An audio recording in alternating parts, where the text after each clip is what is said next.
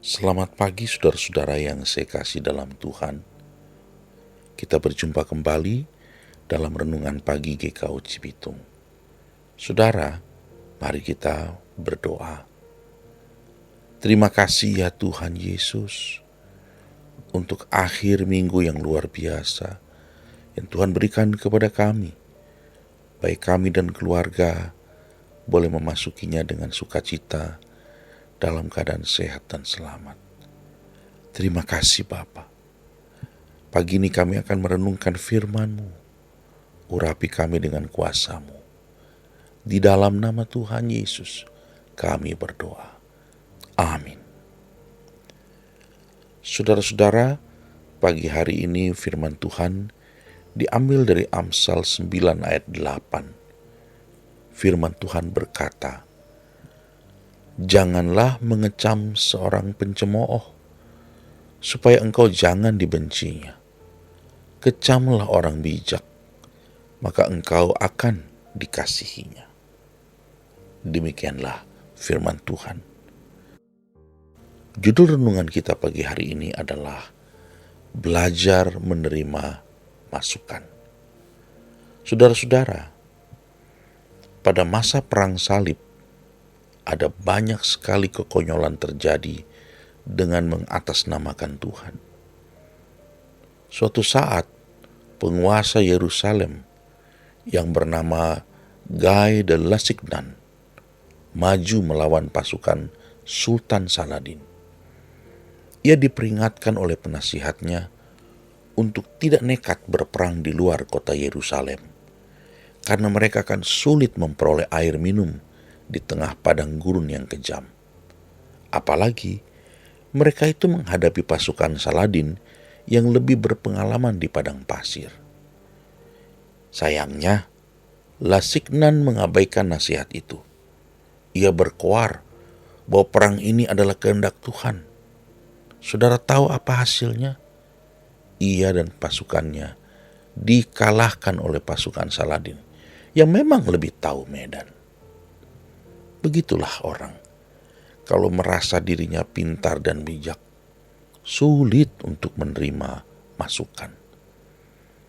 Amsal ini, khususnya ayat 7-9, membandingkan antara si bijak dan si pencemooh. Orang bijak tidak takut dan tidak marah bila diberi masukan, termasuk kecaman atau teguran yang keras. Ia mampu menerima dan mengelola kritik sebagai sarana untuk membangun dirinya. Ia memiliki kelenturan dan kelembutan yang luar biasa terhadap kritik. Ia tidak mudah dihancurkan oleh kritik. Sebaliknya, pencemooh itu tidak suka terhadap kritik, dan dia membenci orang yang menasihatinya. Ia mencemooh orang-orang yang menasihatinya, padahal ia tidak tahu apa-apa. Ia seringkali menganggap masukan itu sebagai serangan pribadi. Saudara-saudara, saat saudara dinasihati, saat saudara ditegur, baik secara pribadi atau ditegur dari mimbar, bagaimana reaksi kita?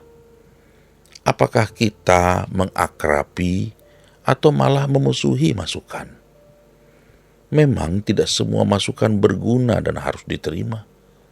Tetapi mendengar masukan menuntun Anda dan saya menjadi lebih bijaksana dan penuh pertimbangan. Sebaliknya, bila kita menutup telinga terhadap masukan, menganggap remeh masukan, merasa kita lebih tahu, lebih mampu, lebih sanggup, lebih pintar, maka kita kehilangan kesempatan untuk diperbaiki dan dijaga oleh masukan yang baik. Saudara, orang yang bijaksana itu bukan hanya mampu memberi masukan, tetapi juga menerima, memilah, dan menerapkan masukan. Amin. Kita berdoa. Bapa, jadikanlah hati ini adalah hati yang bijak, yang bukan hanya memiliki kemampuan untuk memberi masukan kepada sesama kami, tetapi juga memiliki kemampuan untuk menerima masukan dari sesama kami.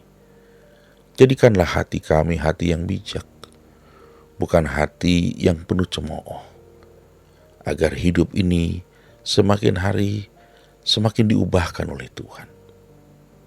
Bapa, sertai kami di akhir minggu ini. Apa saja yang kami lakukan dibuat Tuhan berhasil. Dan biarlah kami boleh bersyukur untuk segala berkat yang Tuhan curahkan bagi hidup kami. Apapun yang sedang kami hadapi, masalah ekonomi, sakit penyakit, masalah-masalah dalam hubungan, Tuhan kiranya membuka jalan buat kami. Terpujilah Allah, di dalam nama Tuhan Yesus kami berdoa. Amin. Kiranya Tuhan menyertai memberkati saudara sekalian.